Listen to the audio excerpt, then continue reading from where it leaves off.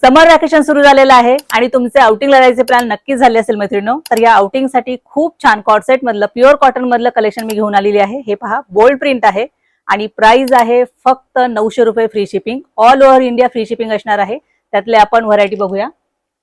हा त्यातला navy blue colour आणि त्याला सेम प्रिंट असलेलीच पॅन्ट आहे. साईज असणार आहे M2XXL. एकदम कम्फर्ट असा फिट आहे.